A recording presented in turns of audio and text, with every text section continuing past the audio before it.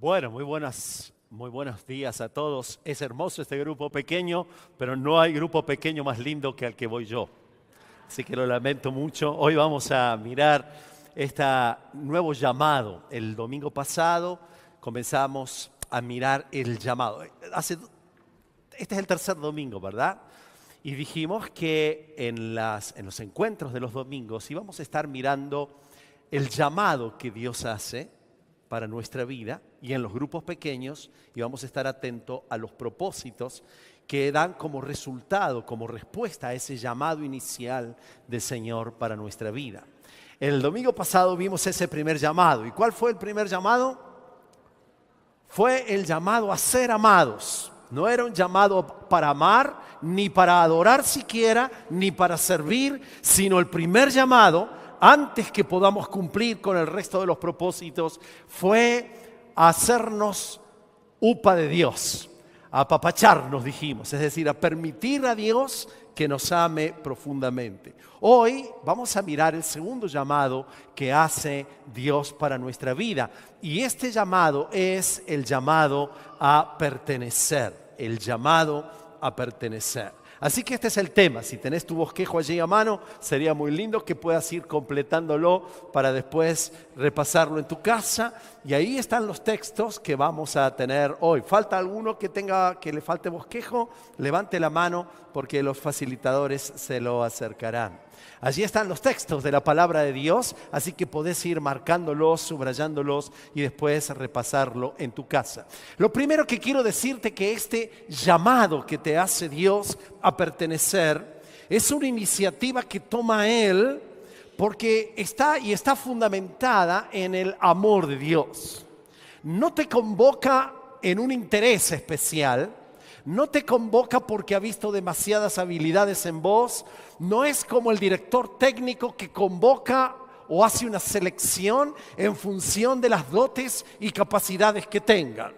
Hoy estamos ahí viendo quién será el director técnico, porque una de las responsabilidades que tiene el director técnico del equipo es mirar y seleccionar según sus capacidades. Bueno, no es el caso. Dios no te llama porque ha visto cosas muy grandiosas en vos. Por lo tanto, todos nosotros somos fáciles de convocar y de llamar en un sentido, porque lo que lo motiva a Dios en llamarte a pertenecer a su equipo, a su familia, a su cuerpo esencialmente, es el amor de Dios.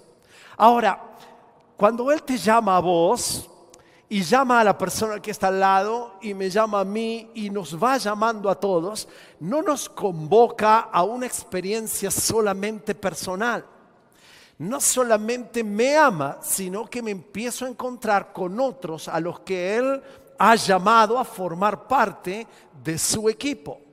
Y esto es este sentido de pertenencia a ese ámbito que Él ha creado para todos sus llamados.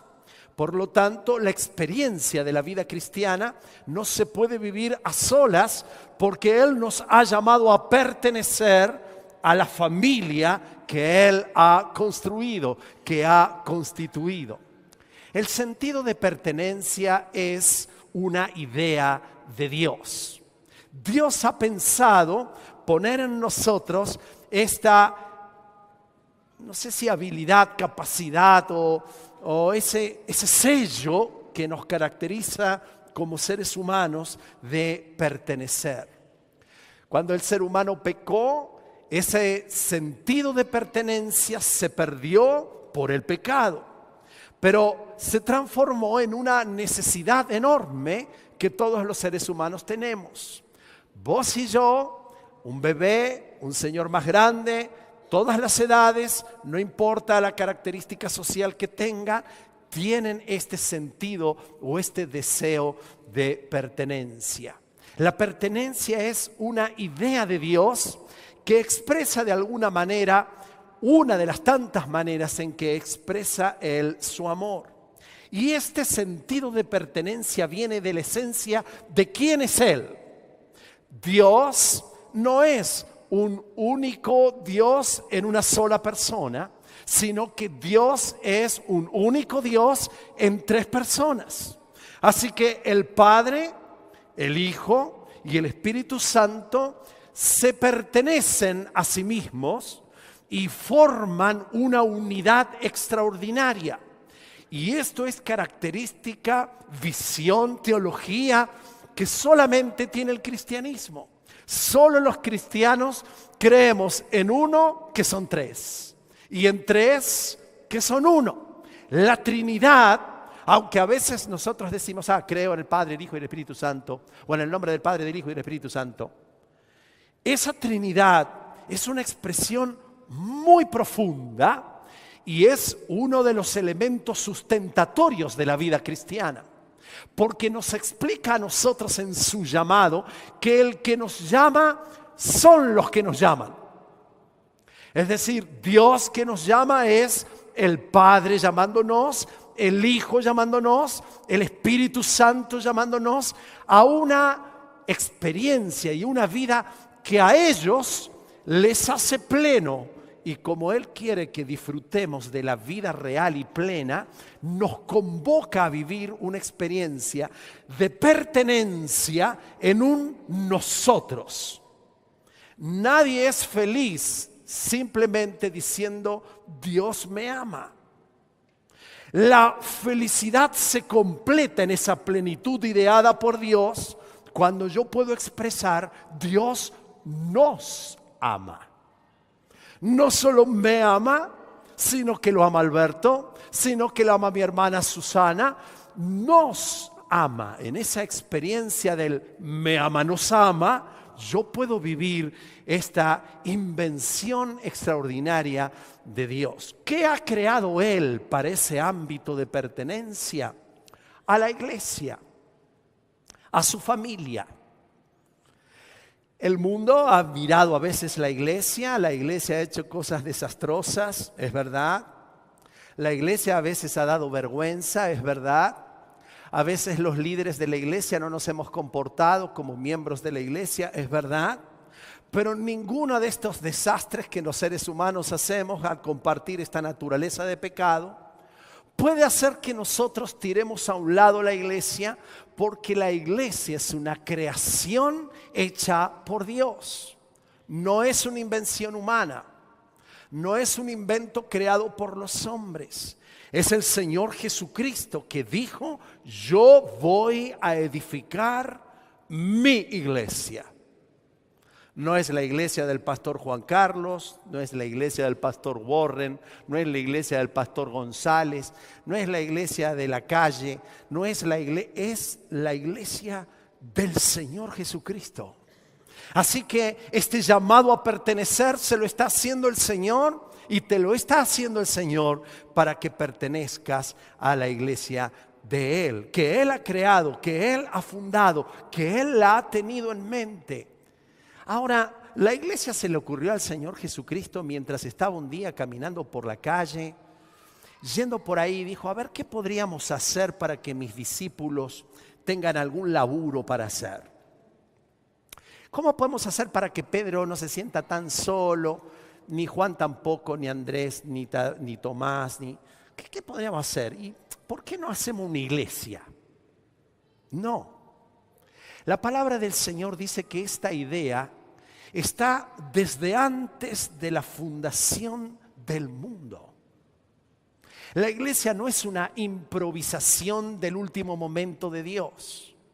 Vos estás formando parte y llamado a formar parte de una idea que Dios pensó antes de crear los cielos, la tierra y todas las cosas que están en ella. Él dice en su palabra, en amor nos predestinó para ser adoptados como hijos suyos por medio de Jesucristo, según el buen propósito de su voluntad, es una idea de Dios, para alabanza de su gloriosa gracia que nos concedió en su amado. Fíjate que la iglesia ni siquiera existe para nosotros. La iglesia existe para Él. Él la formó para sí y la formó para la alabanza de su gloria. y la formó porque Él quiso. Dice la palabra de Dios que en Hebreos capítulo 2, en efecto, a fin de llevar a muchos hijos, esta es la familia de Dios, la iglesia de Dios, a fin de llevar a muchos hijos a la gloria, convenía que Dios, para quien y por medio de quien todo existe, perfeccionara mediante el sufrimiento al autor de la salvación de ellos. Es decir, que la iglesia fue fundamentada por el amor eterno del Señor Jesucristo. Dice que le convino, fue un hecho extraordinario que Jesús muriera por él. ¿Para qué? Porque convenía que muchos hijos pudiésemos estar en la presencia del Señor, y para eso íbamos a necesitar del amor de Cristo Jesús. Puedo pertenecer a su iglesia. Soy llamado a pertenecer a esta idea de Dios. Pero esto es un hecho voluntario. Pertenecer a su iglesia es una respuesta que yo tengo al llamado amoroso de Dios. Así que si quieres completar allí, pertenecer a su iglesia es mi respuesta al llamado amoroso de Dios. El Señor te llama y Él te llama a formar parte. Y Él te llama a que te sumes a su idea, porque sabe que es lo mejor que te puede pasar. Pero su llamado no es un llamado obligatorio, es un llamado invitación. Es un llamado que Él hace a todos nosotros para que podamos decir sí a su llamado. Dios quiere una familia. Esto para mí es una locura. Para mí es una idea y no sabemos por qué razón es, pero Dios quiere a una familia. Y Él desde la eternidad pensó en esto. La palabra iglesia significa llamados afuera. En la etimología, en el original, ya sea en hebreo, kahal, así se dice, en la antigüedad, en el Antiguo Testamento, es el llamado que se hacía a que saliera la gente de sus propias carpas para reunirse en una asamblea donde Dios iba a hablar. Eso es el Kuhal o Kahal, se escribe Q-H-A-L para todos los estudiosos de hebreo. Así que allí es el llamado de Dios. En el griego, en el Nuevo Testamento, se llama eclesía. Eclesía. ¿Y sabe qué significa eclesía? Lo mismo. Un llamado, una convocatoria sagrada que hace Dios. Así que aunque vos creas que la iglesia es una invención de los seres humanos para entretenernos, la iglesia es un llamado. Y es un llamado desde la eternidad y desde el eterno a que nosotros formemos parte de esa idea. Ustedes, dice el apóstol Pablo en Romanos 1, están incluidos entre los gentiles que fueron llamados a pertenecer a Jesucristo. Fueron llamados a un sentido de pertenencia en Jesucristo. Y les escribo a todos ustedes, los amados de Dios, que están en Roma, por eso la carta iba a los romanos, y son llamados a ser su pueblo santo. Hoy, si el Señor tuviese que escribirnos una carta a nosotros, hoy diría, ustedes, incluidos entre los gentiles que fueron llamados a pertenecer a Jesucristo, les escribo a todos ustedes, los amados de Dios que están en Mendoza. ¿Para qué? Son llamados a ser su pueblo.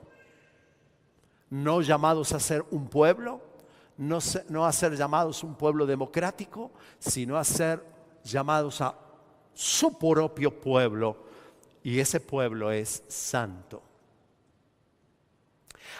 Hay 5 cosas que hoy yo quisiera marcar, que son sacadas de las ilustraciones o de las formas en que se expresa en la Biblia la idea de Dios de pertenecer a su iglesia. Por lo tanto, cuando yo digo sí al llamado de Dios de pertenecer, hay al menos 5 cosas que suceden en nuestra vida. Hay 5 figuras, son como 5 ideas que nosotros necesitamos para ayudarnos a entender algunas verdades de lo que significa la profundidad de este llamado que te hace Dios a formar parte de su iglesia. Hay 5 verdades que quisiera compartir con vos que se resaltan en la Escritura. La primera de ellas es que yo aprendo mi verdadera identidad. Yo aprendo mi verdadera identidad. Y esta figura es la figura de lo que Dios dice que nosotros somos familia de Dios. Así que comprender que nosotros somos la familia de Dios, es mucho más importante que ser la familia de los libres.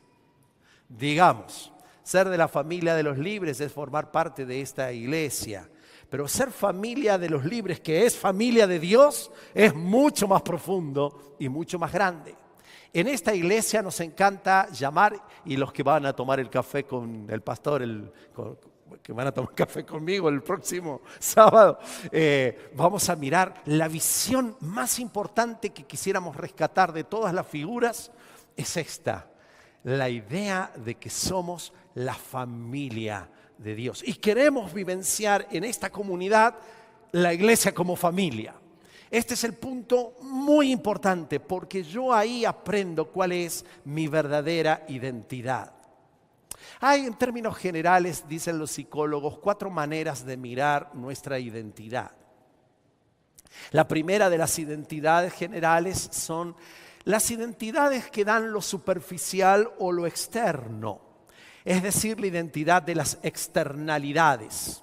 Cuando usted se pone una marca, cuando usted forma parte de un club de fútbol, cuando vos te adherís a un determinado club, son algunas partes, algunas ideas de nuestra identidad. Mucha de la moda que se usa hoy es porque las empresas miran la necesidad de la gente de pertenecer. Entonces, si vos usás ciertas marcas, perteneces o a un estatus social o sos parte de... Te usan literalmente para hacer promoción de su propia marca gratuita, ¿verdad? Vos andás por todos lados con el gorrito que dice Nike y sos de la familia Nike. Sos de la familia Google. Sos de la familia Apple. ¿No? Y aunque nuestra computadora sirva, nosotros vamos a buscar uno de la otra familia, la Apple, porque la Apple es más manzana. Entonces todos nos sentimos parte de esa comunidad. No quiero hablar de lo que es ser de la familia de los millonarios, de River. Vamos a levantar un aplauso al Señor por eso.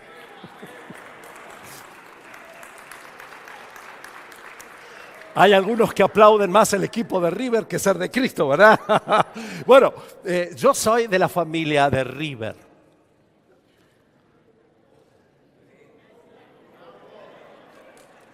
Ahora, no me pregunte ni siquiera cómo se llama el director técnico, porque no lo sé.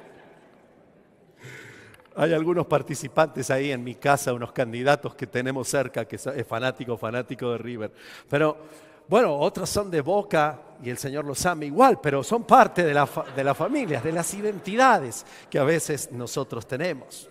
Somos de determinada universidad, somos de determinado partido político. Es decir, son maneras externas de lo que nosotros a veces nos sentimos pertenecientes. Y hay muchas personas que al no poder llenar su vacío con su verdadera identidad, se vuelven tan fanáticos y tan fieles a este sentido de pertenencia que uno no lo puede creer. Hay gente que da ofrenda, da recursos, hace viajes misioneros para ver a su equipo en otro lugar. ¿O no? pagan micros, pierden horas de trabajo, pierden presentismo, pero hay un deseo tan grande de pertenencia que hacen de todo para poder llegar a sentir que son parte de. Hay otro tipo de identidad que está dada por las acciones, o es el tipo de identidad de nuestras ocupaciones o de nuestros haceres. Entonces a veces nos definimos como: yo soy médico, yo soy ama de casa, yo soy maestro, yo soy profesor, yo soy empleado, todas estas cuestiones, yo soy jubilado, dicen algunos, y se alegran enormemente de formar parte de esa misión. Hay otros que tienen su identidad más cercana, en su cuerpo, y dicen: yo soy lindo. Otros dicen: soy feo, yo soy alto, soy bajo, yo soy pelado. Y otros, como yo, decimos: yo soy peludo. Es decir, tenemos identidad en algunas acciones de nuestro cuerpo. Y aunque uno dice: sí, es verdad, pero piensa en la cantidad de personas que se afligen, que se sienten bien cuando están flaquitas, se sienten muy mal cuando están gorditas. ¿Por qué razón? En el fondo están satisfaciendo su necesidad de pertenencia a un mundo que dice que hay que ser de determinadas formas, tener determinado color de piel, color de ojos, color de cabello, si acaso lo tiene. Formas donde a veces nos sentimos en nuestra identidad. Y cuando no reunimos las formas sociales que nos dicen: tendrías que ser esto, nos sentimos realmente muy mal. Ahora, hay una identidad que es la más importante, pero también muy peligrosa, que es la identidad de las relaciones. La identidad de las relaciones, sin lugar a dudas, es el máximo de las identidades. Nosotros sentimos realmente que la mayor parte de nuestra identidad, la que más nos importa y la que más nos trasciende, es la identidad de las relaciones. Entonces decimos: soy casado, o soy soltero, o soy viudo, o soy padre, o soy madre, o soy hijo. Todas estas relaciones que nos hacen ser están vinculadas en relación a nuestras relaciones. Y normalmente es las relaciones que tenemos lo que nos ata a nuestra identidad. Lo cierto es que todas estas formas de identidades tienden a terminar y a desaparecer. Aunque vos sientas que lo más importante ha sido casarte, tu identidad no es ser un ser casado. Y aunque es muy importante y aunque es valioso, vale el momento donde quizás pierdas a tu esposa y vas a tener que cambiar de identidad. Quizás te separes, quizás nunca consigas a tu esposa o a tu esposo, quizás pierdas un hijo o pierdas un padre. Todas nuestras identidades se quiebran y terminan, pero no así el llamado a ser parte de la familia de Dios. Ese llamado a tener identidad de ser hijo de Dios y por lo tanto hijo tener hermanos y por lo tanto hermanos tener al hermano mayor que Jesucristo y por lo tanto tener hermanos tener a nuestro Padre Celestial, que es nuestro Padre fiel y que nunca termina, nos da a nosotros una identidad tan relevante de poder ser familia de Dios. Y podré perder a padre, a madre, hijos, pero nunca podré perder la familia de Dios. Y aún podrán cambiar mis situaciones, pero la familia de Dios permanece para siempre. Podré cambiar de club, podrá perder el club, pero la iglesia del Señor nunca perderá, porque las puertas del infierno o de la muerte no podrán prevalecer contra ellas. El llamado de Dios es a vivir en nuestra identidad como familia y aplaudimos la idea de Dios. Celebramos la idea de Dios. Ahora, por eso hay una excelente noticia ante todas las cosas que podemos perder. Y es que ahora ustedes, dice Efesios 2, ya no son ni desconocidos ni extranjeros. Ustedes son ciudadanos junto con todo el pueblo santo de Dios. Son miembros de la familia de Dios. El día que vos recibiste a Jesucristo y aceptaste a Jesús como tu Señor y Salvador, el día que vos le decís sí a Jesucristo, Él te hace formar parte de la familia de Dios. Quizá no supiste demasiado lo que pasó ese día.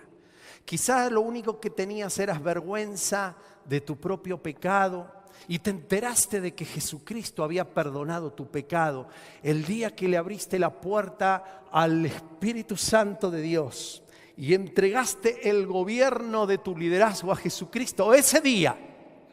Algunos hace muchos años atrás, otros el domingo pasado o esta semana en un grupo pequeño. Todos nosotros, el día que le dijimos sí a Jesús, se nos bautizó, se nos metió, se nos dio el enorme privilegio de formar parte de la familia de Dios. Él les escribe a Timoteo y le dice: les escribo estas instrucciones para que sepas cómo deben comportarse las personas en la familia de Dios.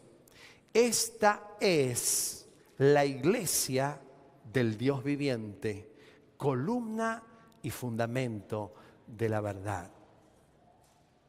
Quiero decirte algo y quiero hacerlo con mucho respeto y mucho temor. Y quiero pedirte que pongas tu atención para que después no confundas lo que hoy te voy a decir. La familia de Dios es, por todo lo que acabo de exponer, en lejos, la familia más importante. Y quizás vos digas: no, momento, la familia más importante que yo tengo es mi esposa y mis hijos. Yo quiero decirte que un día esa familia va a terminar. Y cuando estemos en el cielo, ya ahí no habrá más relaciones padres, hijos. Aunque vos digas: no, pero es que yo lo amo tanto a mi nene y espero encontrarme con mi nene. Quiero decirte que la relación en el cielo más importante no va a ser que fuiste el padre de, el hijo de, el nieto de, el hermano de. Lo más importante en el cielo va a ser que sos hermano del Señor Jesucristo. Y me hayas bancado o no me hayas bancado mucho, voy a ser tu hermano allá arriba. Y algo va a pasar en el cielo de tal manera que ese frío encuentro que vos y yo tenemos, en el cielo nos vamos a tener una prioridad enorme. Y vamos a ser conocidos y vamos a salir de nuestras relaciones que son de corto plazo aquí en la tierra para entender lo que realmente es el vínculo más profundo, que es la vida de Dios y de lo que Él ha hecho por mí en la cruz del Calvario. La relación más significativa, si hoy quizá vos estás en este lugar y digas: yo formo parte de una familia disfuncional, mis padres no me quieren, nunca fui querido, fui el hermano más despreciado, fui la vergüenza para esta familia. Yo quiero decirte que formar parte de la familia de Dios te dignifica, porque formás parte de la familia más importante. Y entonces, ¿para qué vamos a tener familias aquí? Si la familia de Dios es lo más importante, ¿para qué quiero tener familia aquí? Bueno, porque Dios ha pensado en que vos tengas familias aquí y que te comprometas fuertemente con tu familia, porque es el vínculo natural para que se construya la familia de Dios. Por lo tanto, cuando vos tenés a tus hijos, sabe que son tus hijos, que Dios te los ha prestado por un poquito de tiempo para equiparlos y prepararlos para que vivan la relación más gloriosa que se puede tener, que es la familia del Señor.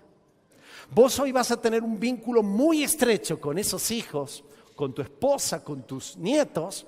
Va a ser un círculo muy estrecho y muy importante, pero con una idea que no se te puede ir de la cabeza. Dios no te ha dado la familia, como decíamos el primer domingo, para la foto feliz. Dios no te ha dado la familia para que vos digas, lo alcancé. Mi esposa, mis hijos, mi auto, mi casa. Happy, happy. No es eso. Hemos sido hechos para Dios, no para nuestra foto feliz. Y sé que te está molestando y algunos de ustedes están revolviendo allá adentro con esta idea. Pero la verdadera paz que trae a nuestro corazón es cuando sabemos que como padres, como esposos, como hijos, la idea de la familia nos trasciende. Porque hoy Dios nos concede a armar algo que se parezca a la familia de Dios como un botón, como una muestra de lo que es la familia de Dios. Pero además a equipar a esa familia para que viva el sentido de pertenencia más importante. Le tenemos que enseñar a nuestros hijos que lo más importante no es tu papá y tu mamá. Por ahora somos los que te estamos enseñando a amar a Dios con todo tu corazón y con toda tu fuerza. Y esta relación que mientras son chiquititos dependen tanto de nosotros, le tenemos que ir enseñando, bueno, así como vos dependés mucho de mí, quiero que empieces a depender de tu Padre Celestial. Y mientras más grandes se van haciendo, no estamos buscando que pertenezcan cada vez más a nosotros, que tienen la dignidad de llamarse Gervilla. No. Hijo querido, hasta ahora has intentado ver un modelo y esa es mi responsabilidad. Pero quiero que entiendas que Dios te puso en esta casa para que aprendas a amar al Padre de los cielos por el que vas a estar toda la eternidad. Y cuando estemos en el cielo, ahí voy a estar con mi hijo y con mi hija y no voy a saber tanto si era mi hijo o mi hija, porque el esplendor de verle a aquel que es nuestro Padre Celestial va a llenar enormemente nuestro corazón. Vengan al Señor todos los huérfanos, vengan al Señor las viudas, vengan al Señor los solos, vengan al Señor los que tienen familia y los que no la tengan, porque todos nosotros hemos sido llamados a participar de la familia más gloriosa. ¿Y sabe por qué es la más importante? Porque es eterna, pero también porque los que forman parte de la familia tienen una dignidad. Es el Padre Celestial. Mi papá lo quería mucho a mi viejo y me enseñó cosas enormemente valiosas, pero mi dignidad no está en mi papá. La dignidad que yo tengo es no ser un hijo de los Gervillas. La dignidad que tengo es ser hijo de mi Padre Celestial. Alabado sea su nombre. Enseñales a tus hijos y los vas a hacer libres y van a vivir plenitud en serio. Enseñales a que amen a la iglesia del Señor. Así que cada vez que vos estás tirando veneno contra la iglesia del Señor, estás metiendo dinamitas en la vida de tu familia a la idea de Dios. Y estás tirando dinamitas a la idea de identidad. Si ellos no se entienden hijos de Dios, miembros de la familia de Dios, van a buscar identidades en Adidas, en River, en su profesión, en su dinero, todas cosas que terminan mañana. Quiero decirte también que hoy tenemos a alguien que me va a ayudar, porque hay alguien que descubrió la vivencia de la familia. No sé si vino Esteban. Esteban, ¿estás? Esteban, dale, pasate, tenés un minuto. Él nos va a contar algo de lo que significó para él entender la familia de Dios y vivenciar la familia de Dios como algo muy valioso. Le damos un aplauso a Esteban.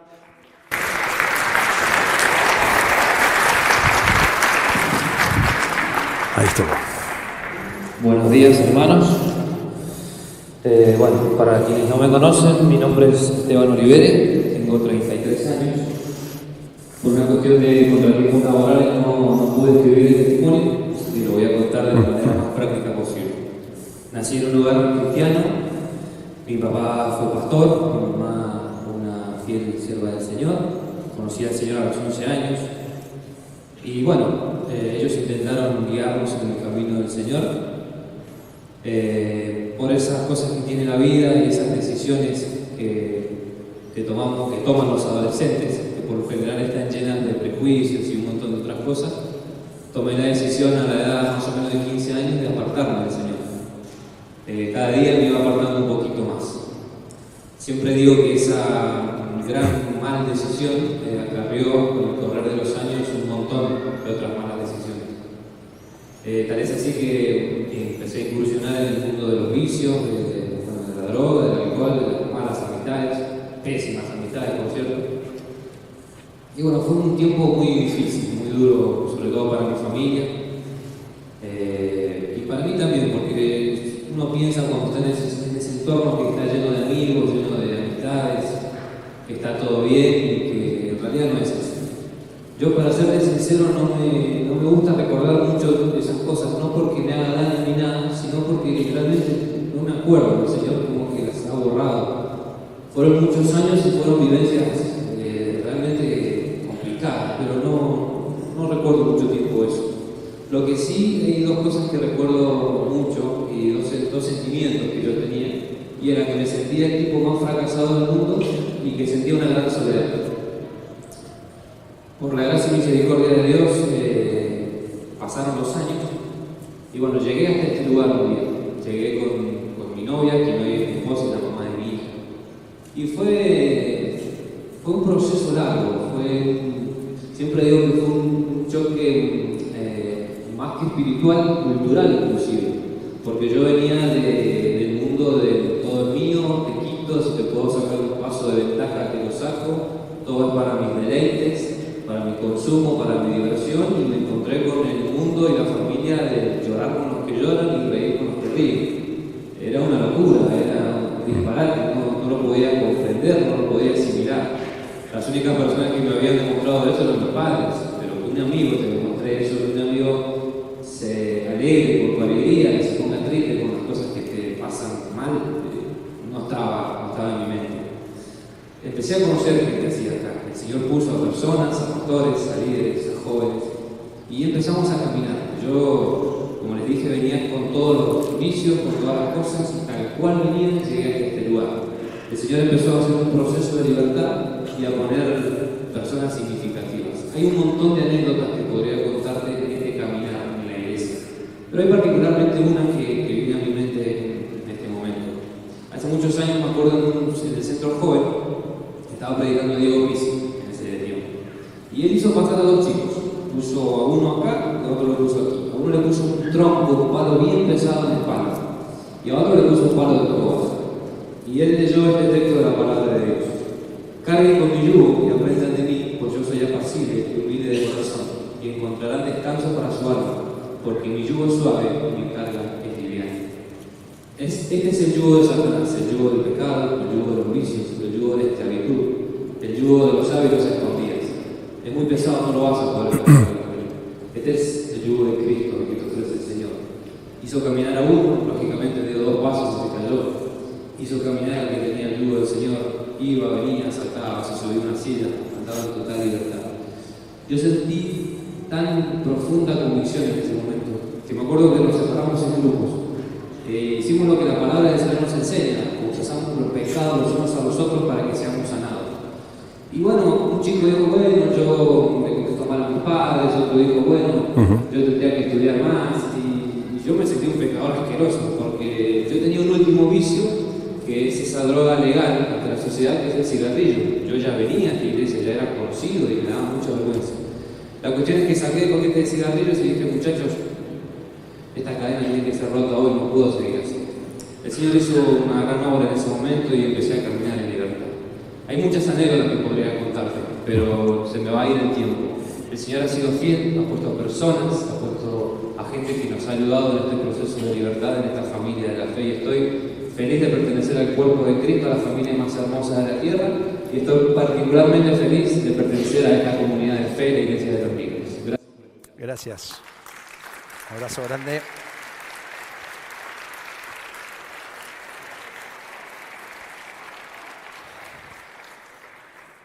Hay otra figura que usa la Biblia para hablarnos acerca de la experiencia de la iglesia y es la idea de un edificio. Me he traído un super edificio que me han ayudado algunos. En mi época esto no existía, quiero decirles. Cuando yo era niño existía otra cosa que se llamaba el mecano y eran unas piezas de lata que había que prender con tornillitos. Pero en este caso me viene muy bien porque la iglesia del Señor es contada también como un edificio. Y en este sentido, la verdad más profunda es que yo necesito entender que debo conectarme con otros para hacerlos participantes de su gran amor. Cuando yo soy edificio me entiendo como una parte que debe estar de alguna manera pegada con la otra. Me acuerdo cuando queríamos enseñarle a nuestros hijos a ordenar la pieza y tenían alguna de estas piecitas, ellos armaban y le decíamos poner orden esto. Y lo que hacían era llevarse o la casita o lo que habían hecho y lo guardaban así. Y quedaban todas las otras piezas sueltas, porque para ellos esto pasa, no eran más juguetes, eran piezas sueltas. El juego de ellos era el que habían logrado conectar, formar, edificar en otros. A veces vos querés vivenciar la experiencia de la iglesia sin conexión. Y aunque tenés todas las condiciones de formar parte, hasta que no te conectás con otro, vos no podés formar o vivenciar la iglesia como el edificio de Dios. No podés ser una pieza suelta, aunque tengas todas las condiciones extraordinarias para poder formar parte de este edificio. El que ese edificio necesariamente se conecta con otras personas. Puedo tener hierros aquí, traer un montón de hierros en este lugar, pero hasta que no mezclo los hierros con el alambre y armo una columna y los formo fuertemente con el cemento y los pego y ahí le pego los ladrillos y lo hago con mezcla, ellos nunca sienten que son parte del edificio. Así que cuando el Señor está pensando en que somos un edificio para Él, nos está pensando de esta manera. ¿No se dan cuenta, dice 1 Corintios, de que todos ustedes juntos son el templo, otras versiones el edificio de Dios, y que el Espíritu de Dios vive en ustedes? ¿Cuándo un material de construcción forma parte del edificio? ¿Cuando se compra? No. Cuando se conecta. Cuando se conecta. Es decir, Efesios en el capítulo 2 dice, estamos cuidadosamente unidos a Él y vamos formando el templo santo para el Señor. La conexión, tu involucramiento con la vida del otro ladrillo es lo que te hace ser iglesia. Quiero decirte que vos podés venir todos los domingos en este lugar, pero hasta que vos no te conectes con otras personas en sus realidades, hasta que vos no seas de sostén a otra persona, o hasta que otras personas no sean el sostén para vos. Fíjense el ladrillo amarillo. El ladrillo amarillo es sostén del que está arriba, pero el ladrillo amarillo tiene un sostén que es el que está abajo, que es el azul. Es decir, todos nosotros nos sostenemos unos a otros, nos apoyamos en otros y somos sostén para la vida de otros. Algunos solamente vienen a la iglesia porque quieren ser el último ladrillito donde todos los tenemos que sostener a Él. No, el edificio mutuamente estamos ubicados y puestos para el sostén. Quiero decirte algo más. Algunos de ustedes se enojan porque este ladrillo no lo sostuvo en un momento especial de su vida. Y Dios es el que va uniendo y va poniendo sostén en el momento adecuado. Si Él te puso otro hermano para que te sostenga, agradece, es la idea de Dios. Sí, pero Él no se acordó de mí. En el momento más duro de mi vida, yo esperaba que el ladrillito azul viniera a estar conmigo y no vino. Y el Señor te mandó el amarillo, el verde, el rojo. Sí, pero esos son ladrillitos de segunda. ¿Cómo ladrillos de segunda? Son mi edificio. Y son un edificio tan importante que yo los he convocado para que formen parte de la unidad. No te voy a decir, saluda a tu hermano, decirle pedazo de ladrillo. No, porque eso sería muy feo, ¿verdad? Pero nos necesitamos y la única forma de vivenciar la idea de Dios es la conexión. Por eso te insistimos en que vayas en un grupo pequeño. No solamente para que seas sostenido, sino también para que te sostenga. Nadie me visita. ¿Cómo? ¿Qué pasó con tu líder de grupo pequeño y los hermanos de tu grupo pequeño? Es que no tengo tiempo para el grupo pequeño.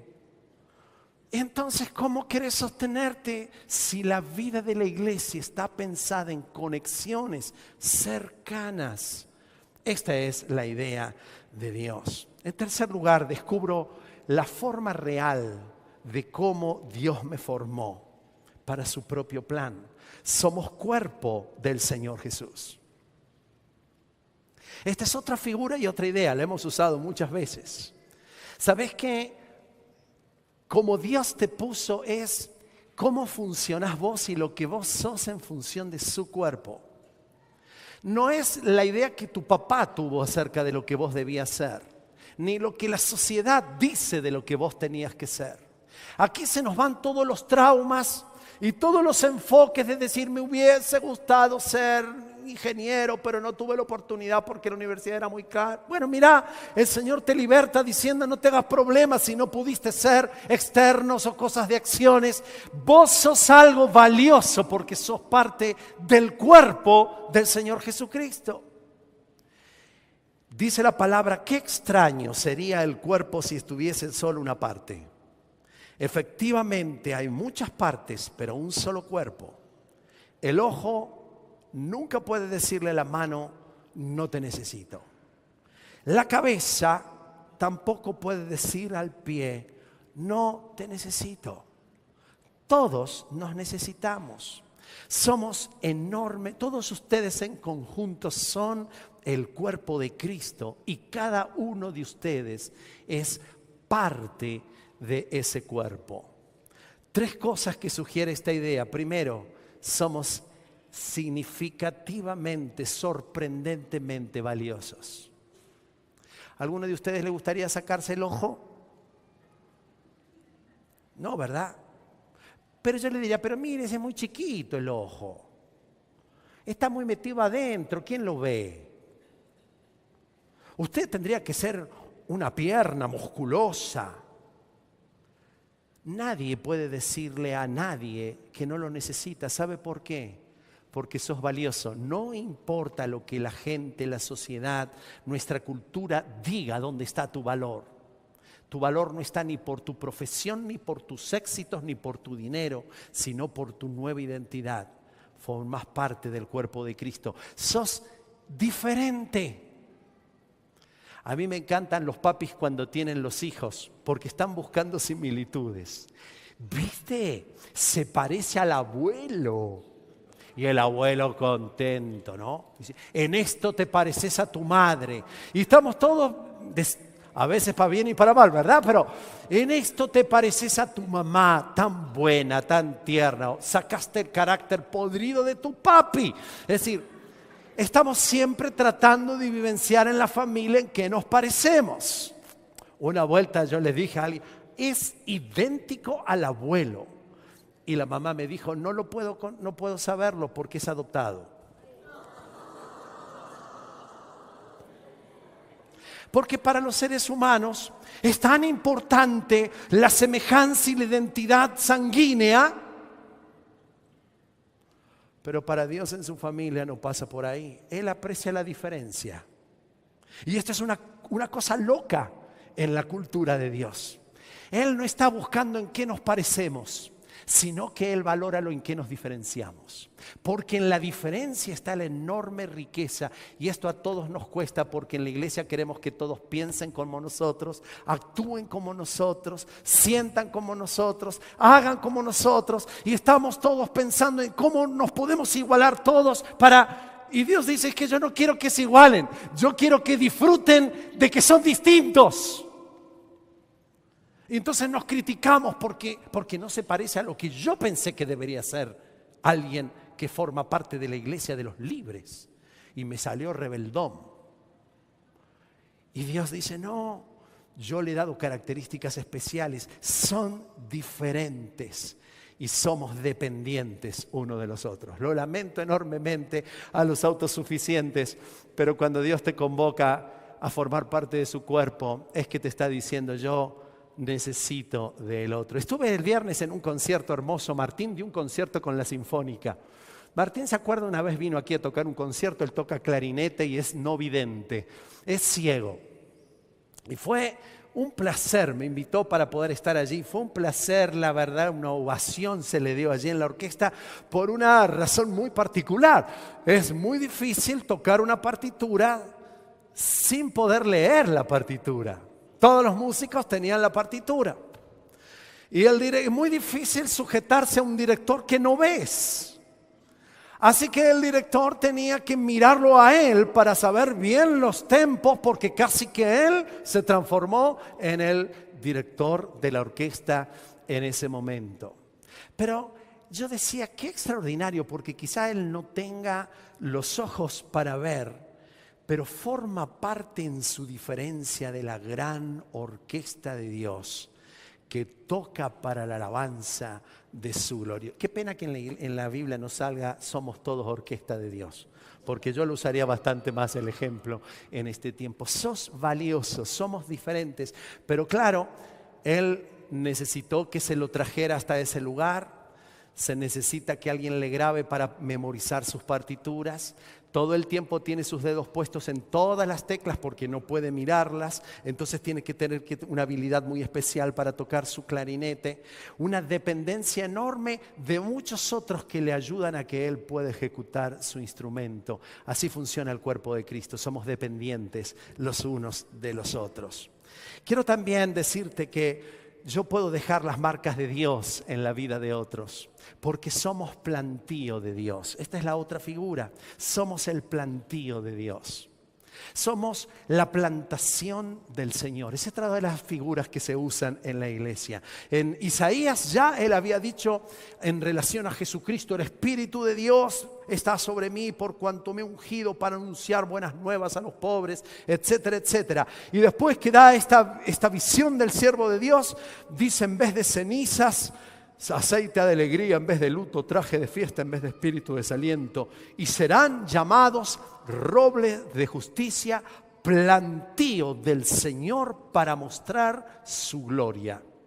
Plantío del Señor para mostrar su gloria. El Señor Jesús, que identifica esta figura profética de Isaías, Él les dice: yo soy, ustedes son las ramas, yo soy la vid y mi Padre es el labrador. Vuelve a tomar esa figura de Isaías para decirnos: quiero que todos ustedes sepan que son plantíos del Señor y que como plantíos del Señor están aquí para llevar frutos. La idea de un plantío es el fruto que va a dar. La idea de que seamos parte de la iglesia no es para simplemente estar contentos, sostenidos unos a otros, sabernos hermanos, sino para llevar frutos. Y esto también es algo que Dios estaba teniendo en mente cuando estaba pensando en nosotros. Yo soy la vid, ustedes son las ramas. Qué hermoso es que seas un ladrillo, qué hermoso que seas mi hermano, qué lindo que seas una rama. Somos ramas de la gran iglesia del Señor. Pero ¿para qué las ramas? Y no es para formar parte de la belleza de un arbolito. Jesús puso la figura más fea para ver, la de la vid. Porque ver robles es fabuloso, ver un plantío de naranjas es muy hermoso. Pero vio qué fiera que son las vides, no tienen forma, son todas las ramas así cruzadas, están todas así. No hay nada muy bonito en una rama de la vid. Nadie se hace un mueble con una rama de la vid. Nadie la pone de adorno a la rama de la vid, salvo la Diana, que siempre le encuentra una cosa rara ahí y la puede hacer bonita, pero en términos generales la rama de la vid no sirve mucho. Lo más importante de la vid es el fruto que esa rama da. Así que aunque vos te veas medio arrugado, feo, agujereado, torcido, lo más importante es ese fruto que Dios viene a buscar de tu propia vida. Quiero invitar a Rebe. Ella nos va a contar muy rápidamente sobre lo que ella significó dar frutos y cómo ese fruto, adelante Rebe, cómo ese fruto fue tan valioso a la hora de entenderse miembro de la casa del Señor, de la iglesia del Señor. Buenos días, mi nombre es Rebeca y tengo 25 años. Crecí en un hogar cristiano con mamá, papá y hermanos. Desde chica asistí a una pequeña iglesia donde me enseñaron a vivir su palabra. Crecí aprendiendo versículos y canciones y ahí conocí a Jesús y empecé a hablar con él como un amigo que siempre estaba. Cuando tenía 11 años, mi familia dejó de ir a la iglesia y con ellos yo también. Jesús, mi amigo, seguía estando conmigo, pero poco a poco me olvidaba de su presencia. La adolescencia y secundaria llegó para mí llena de amigos, cosa que nunca me había caracterizado porque siempre había sido tímida y vergonzosa. De pronto, mis miles de amigos se habían convertido en mi mundo, pero algo no entendía. Con amigos y familia algo estaba mal. Cuando estaba rodeada de personas, todo estaba más que bien, pero cuando me quedaba sola en mi pieza, la vida perdía sentido. Empezaba a deprimirme y llorar, y me hundía en una soledad que nadie notaba. Esa soledad podía durar horas, hasta que en medio de esas lágrimas sentí un abrazo de alguien que no veía. Ese amigo que yo había estado llorando me hacía recordar que ahí estaba y nunca me había dejado. Un domingo de diciembre de 2007 empecé a asistir en la casa. No recuerdo qué se predicó, pero algo sí recuerdo: los miles de abrazos que recibí desde que atravesé la puerta.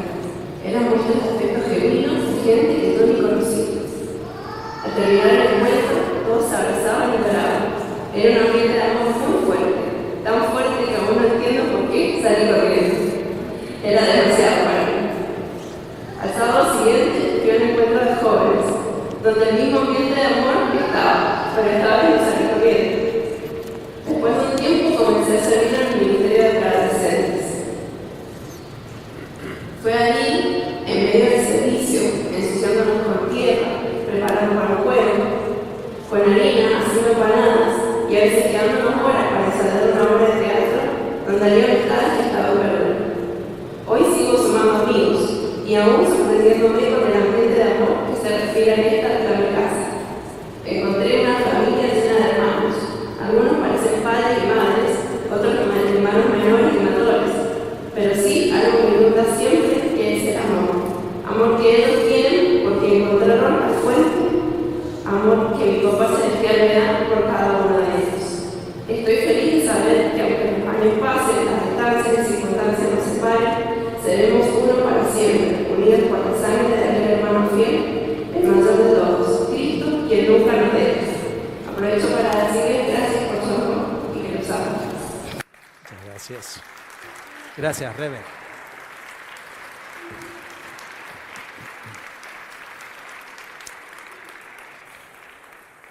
Cuando te animamos a servir, te estamos animando a que lleves frutos. El próximo sábado vamos a tener el seminario de servicio que nos va a ir enseñando la forma en que Dios nos creó para que llevemos realmente muchos frutos. Anotate ahí, no es porque estamos necesitando obreros simplemente, no es porque la iglesia necesite cosas, aunque sí, pero lo más importante es que porque Dios te ha llamado, necesitas saber qué lugar ocupar para llevar frutos, para saberte plantío de Dios, para cómo poder llevar frutos con marcas a nuestra sociedad, para hacer del mundo algo realmente distinto, para aportar a nuestra sociedad. Vas a vivir la experiencia de servir y no solamente te va a dar un sentido de pertenencia que es realmente maravilloso.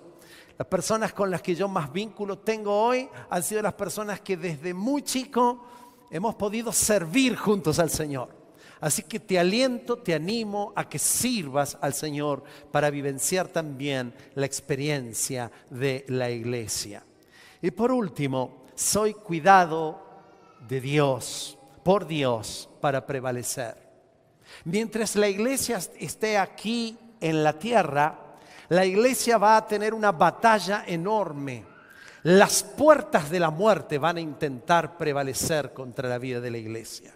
Satanás va a intentar por todos los medios hacerte sucumbir y hacer sucumbir la vida de la iglesia. Pero lo más extraordinario es que yo soy cuidado por Dios, porque soy rebaño del buen pastor. Dice el Salmo 103, reconozcan que el Señor es Dios, Él nos hizo y somos suyos. Somos su pueblo, ovejas de su prado. Esta es otra de las figuras que nos alienta a mirar a nuestro Padre como el buen pastor. No solamente Padre, no solamente edificador, no solamente labrador, sino como el buen pastor. ¿Sabes que las ovejas tienen dos características? La primera de ellas es que son un poco ciegos y por lo tanto tontas. Y no saben ver dónde están los alimentos. Necesitan ser conducidas a los alimentos. Necesitan ser conducidas a las aguas. Si no son llevados ahí, pueden llegar hasta morir de hambre porque no tienen la perspicacia de otros animales. No es lo mismo con los caballos, no es lo mismo con las liebres, ni siquiera con los pollos. Ni los pollos, ni las gallinas, ni los caballos, ni las vacas necesitan pastor. Pero sí las ovejas necesitan pastor. Y sabes que vos y yo necesitamos al Padre Celestial que nos conduzca hacia los alimentos importantes. Pero sabes otra cosa, y es que no solamente necesitan llevarnos a lugares para comer y alimentarnos, sino también para cuidarnos de los lobos. Las ovejas son animales enormemente indefensas. Necesitan de la protección, del cuidado del pastor. Y esta es otra de las figuras que hace tan relevante al Salmo 23. El Señor es mi pastor, nada me faltará. Pero cuando decimos el Señor es mi pastor, estamos también hablando de un rebaño. Estamos hablando de que el pastor es pastor de ovejas. No hay un pastor por una oveja. Hay un pastor para un rebaño. Y aunque vengan salteadores y aunque vengan enemigos contra nosotros, el pastor tiene un método de cuidado. Y es que todas las ovejas estén juntas. Él las guarda como rebaño. No dice, ovejas, coman, vengo dentro de una semana para ver cómo les fue. El pastor las conduce, las alimenta, las vuelve a llamar, las trae adentro del corral, porque sabe de su indefensión y sabe que uno de los elementos más importantes para protección es permanecer en el rebaño. Cuando una oveja se va sola, dice, el pastor sale a buscarla desesperado. ¿Por qué? Porque sabe de los enormes riesgos que tiene vivir lejos del rebaño. Porque aunque vos creas que sos brillante, inteligente, capaz e independiente, la Biblia dice que sos oveja. No sos ni tan capaz, ni tan inteligente, ni tan independiente. Ustedes están en un mundo lleno de lobos, dice el Señor, pero yo soy el buen pastor. Y Él es el que puede cuidarnos. Pero el cuidado del pastor no es cuidado solamente personal, es cuidado al rebaño. Él cuida a su rebaño. Ovejas, no se aparten del rebaño. Ovejas, no se enojen que en el rebaño hay olor feo, ya lo sé. A veces en el rebaño hay algunas ovejas que nos golpean, ya lo sé. A veces en el rebaño hay situaciones que no entendemos, ya lo sé. Pero siempre es mejor en el rebaño, porque en el rebaño somos cuidados por el buen pastor. La Biblia dice que Dios ha dado a la iglesia real aquí también pastores. Y quiero decirte que en 1 Pedro dice a los ancianos, les digo, cuiden como pastores el rebaño de Dios que está a su cargo, no por obligación ni por ambición, sino con afán de servir como Dios quiere. Y quiero decirte, querido hermano, que una de las cosas más difíciles, más sagradas, pero también más difíciles para mí, es lo que se encuentra en Hebreos, en la palabra que se nos da a los pastores. Le dice a las ovejas, obedezcan a sus líderes espirituales y hagan lo que ellos dicen, porque su tarea es cuidar el alma de ustedes y tienen que rendir cuentas a Dios. Una de las cosas más complejas que vamos a tener los pastores es que un día vamos a tener que rendir cuentas a Dios por el cuidado de las ovejas. Por eso yo quiero pedirte que vos ores por los pastores, porque nosotros tenemos como función principal el darles buen alimento, no alimento contaminado. Aunque para ustedes a veces el cuidado sea visitarles, saludarles al templo, estar con ustedes en el velorio, en el casamiento, la tarea principal de nosotros no es esa. La tarea principal de conducción de un pastor de la iglesia no es si los vamos a ver o no al hospital. La tarea de conducción de la iglesia es asegurarnos que las ovejas coman buen alimento, alimento saludable, porque los peores lobos rapaces no son ni la enfermedad ni la soledad. Los lobos rapaces son las falsas doctrinas que engañarán la vida de la iglesia. No sé cuánto orás por los que predicamos o por los que enseñamos, pero yo quiero pedirte que nunca dejes de hacerlo, porque no lo sabemos, necesitamos de la dependencia del buen pastor para conducir a la casa del Señor. Es una enorme responsabilidad. Ahora, Dios no solamente conduce Él como el gran buen pastor a la iglesia y ha puesto pastores en medio de la iglesia, sino que también Él nos ha dado a todas las ovejas una responsabilidad pastoral. Dice la palabra del Señor 58 veces unos a otros. Y todos esos unos a otros son responsabilidades pastorales. Ámense unos a otros, cuídense unos a otros, aliéntense unos a otros, edifíquense unos a otros.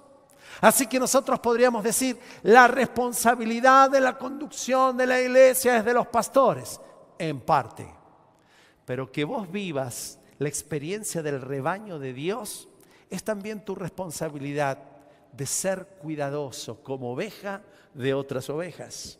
Por eso la idea de rebaño, dice la palabra del Señor en Tesalonicenses, aliéntense y edifíquense unos a otros tal como ya lo hacen.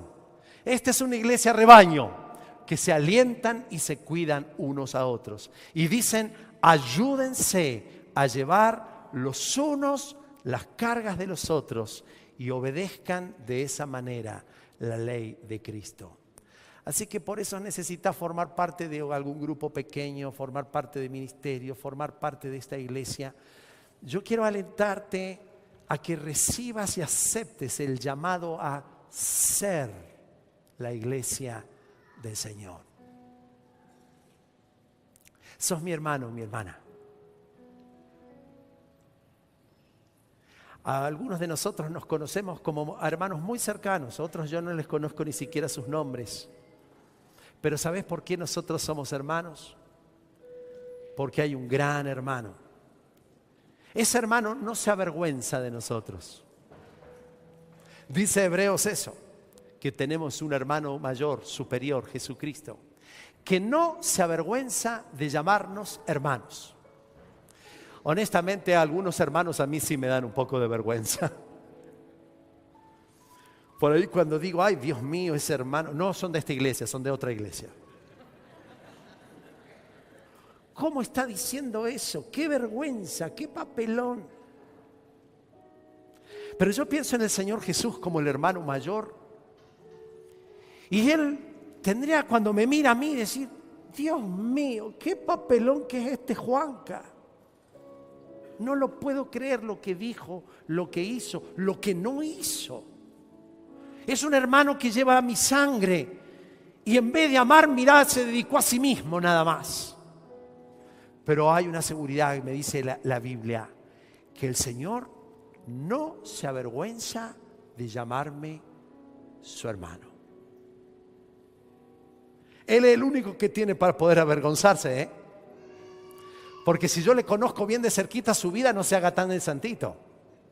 Usted podrá decir, pastor, usted me avergüenza. Y sí, usted también. Pero el Señor Jesús no. Él es santo. De Él no hay nada que avergonzarse. Y sin embargo, te acerca a su familia y te dice, no me avergüenzo en llamarte mi hermano. Gracias al Señor. Gracias al Señor. Todo aquel que en esta mañana quiera entregar su vida a Jesucristo es el primer paso para ser parte de la familia de Dios. Todo aquel que quiera contar y decir yo formo parte de la familia de Dios debe bautizarse. Quizá ese sea el segundo paso. Todos aquellos que quieran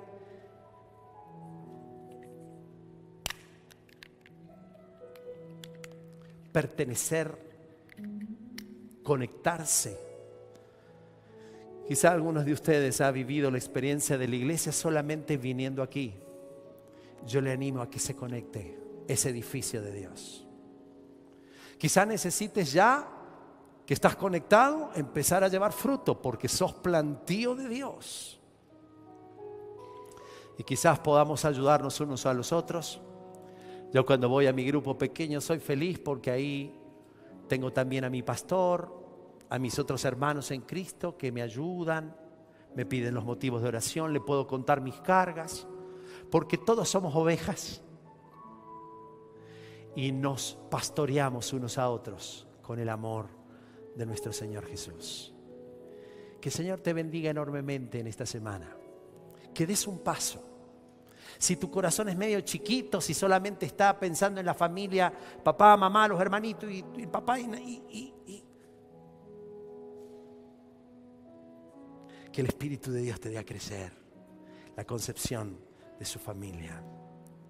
Sos mi hermano y hermana, tómame de la mano y trabajemos juntos hasta que venga Él.